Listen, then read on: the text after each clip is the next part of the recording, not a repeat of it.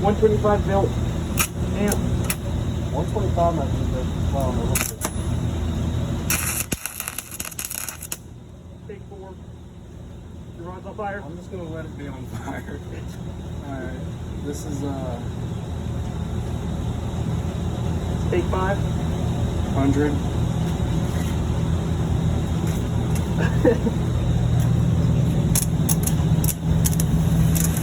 Oh crap! I was trying to stick it on this end too. Turns out direct current doesn't like it when you do that. You're gonna ruin your glove, boy. There goes my glove. But Hope you didn't need those. no, I didn't. Interesting.